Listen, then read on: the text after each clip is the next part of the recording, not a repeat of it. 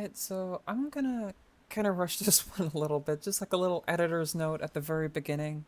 Um, I have recorded and finished recording a few times now, but there has been a slight issue with like crashing on my PC and stuff that has led to like projects like progress being lost, and I'm kind of tired of repeating the same thing over and over again, so I'm gonna keep this brief.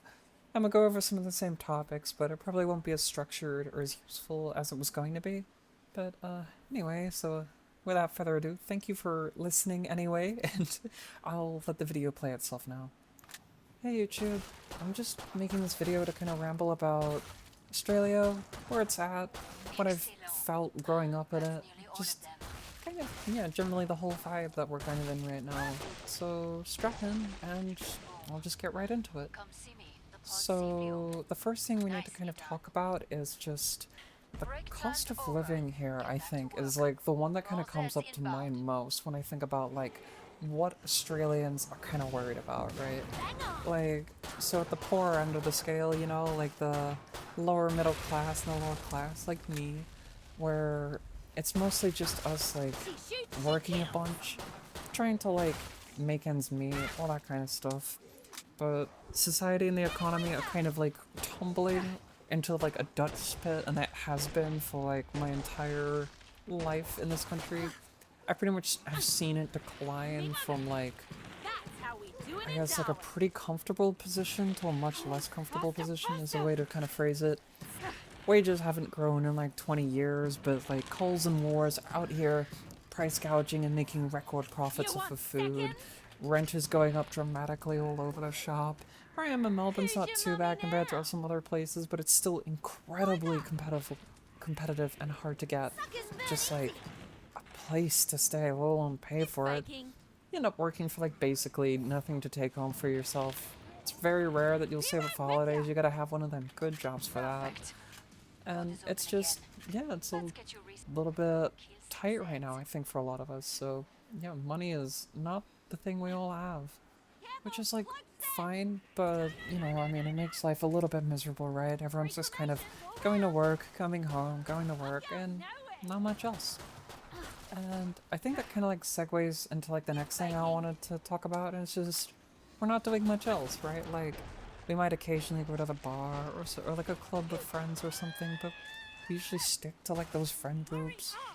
It's really hard to like branch out and be social outside of that group. It's like a lot of people aren't all that interested in socializing and making new friends out. Like if you're going to spend a bunch of money on a night out and you only get like one day a week to do it, you're probably gonna like spend it with people you know you're gonna enjoy your time with, right? Or at least a little bit. And that's okay, but it leads to like really kind of like insular groups that don't really branch out a lot. It's hard to make friends as an adult.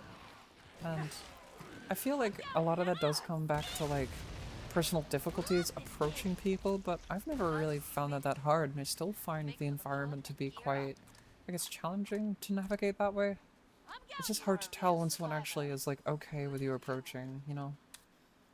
So I try and keep it to like social things. I wouldn't want anyone just walking up to me on the street, like, you know how people wave at you, but you have like earbuds in and you're like coming home from work? It's like I don't wanna say hi. I don't want a conversation with you. I'm in my little bubble trying to survive. It's kind of where I feel like a lot of us are. At least when I look around on the train, that's what I see. And while we're on the topic of kind of like loneliness and stuff like that, there's also dating, you know? Like, there's less people going out, there's less people hanging out, so where do we go? We go online, we go on Tinder, and we go on like Bumble and Hinge, and or the app names or whatever people are using right now. I've done that a lot myself, and I find that the experience there is just, you kind of like doom scroll forever. You might get some chats going, you might even have like a nice like meetup with someone or two, but like, it's very rare anything exits the talking stage. It didn't used to be so bad. Like these apps at one point did deliver a decent enough experience. I remember I dated someone for years off of one of these apps, and it's like, we're still best friends now. Like, it's kind of great, but I feel like a lot of that has just become very superficial. The app is more an algorithm than it is just like actually meeting people now. It's like another social media to scroll. It's like another Twitter, but like sadder somehow, which is saying something, you know? I don't know.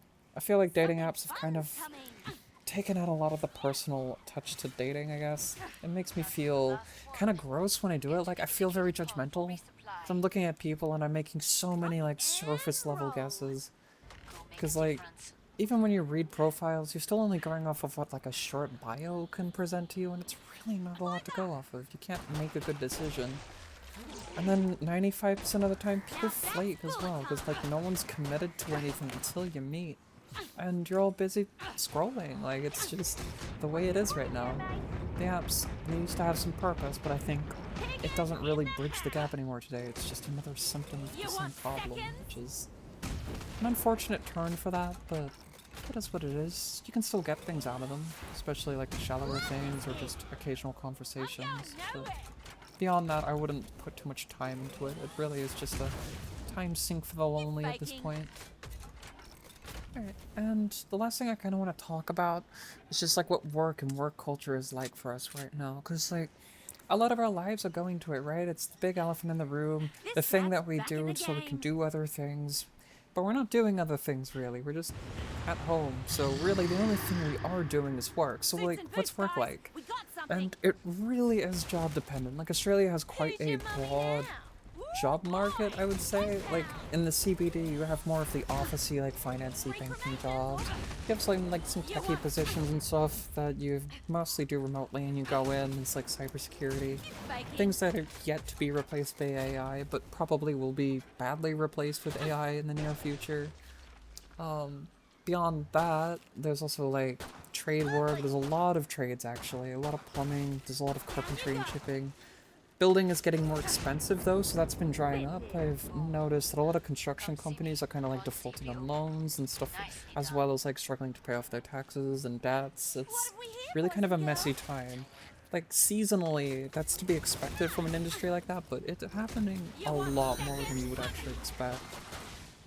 So, I don't know, I feel like work life is kind of going to begin declining, but as it stands right now, trades are mostly fine. You can get a bunch of them. They pay okay.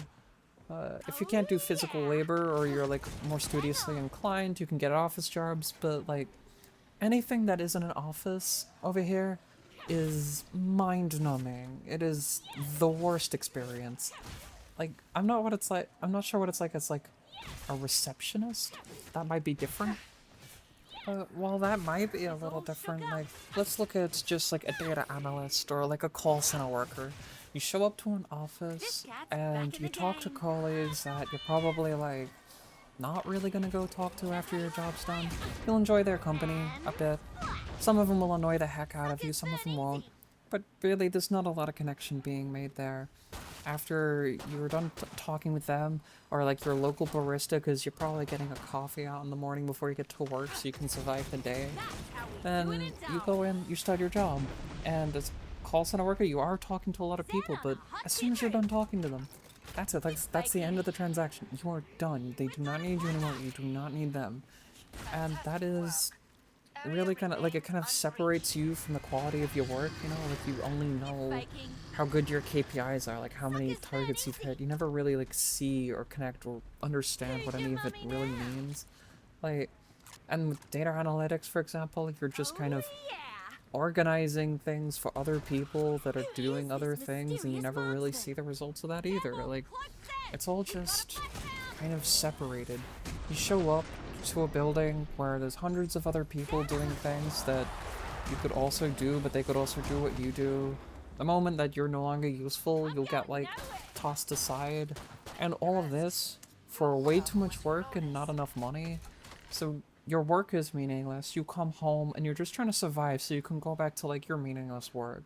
Like, it's really kind of a bad deal. But if you're like physically impaired, or, you know, like you can't manage like a physical job, like a trade, that's like all you got, you know? Like, creative hobbies over here are kind of a little bit dead.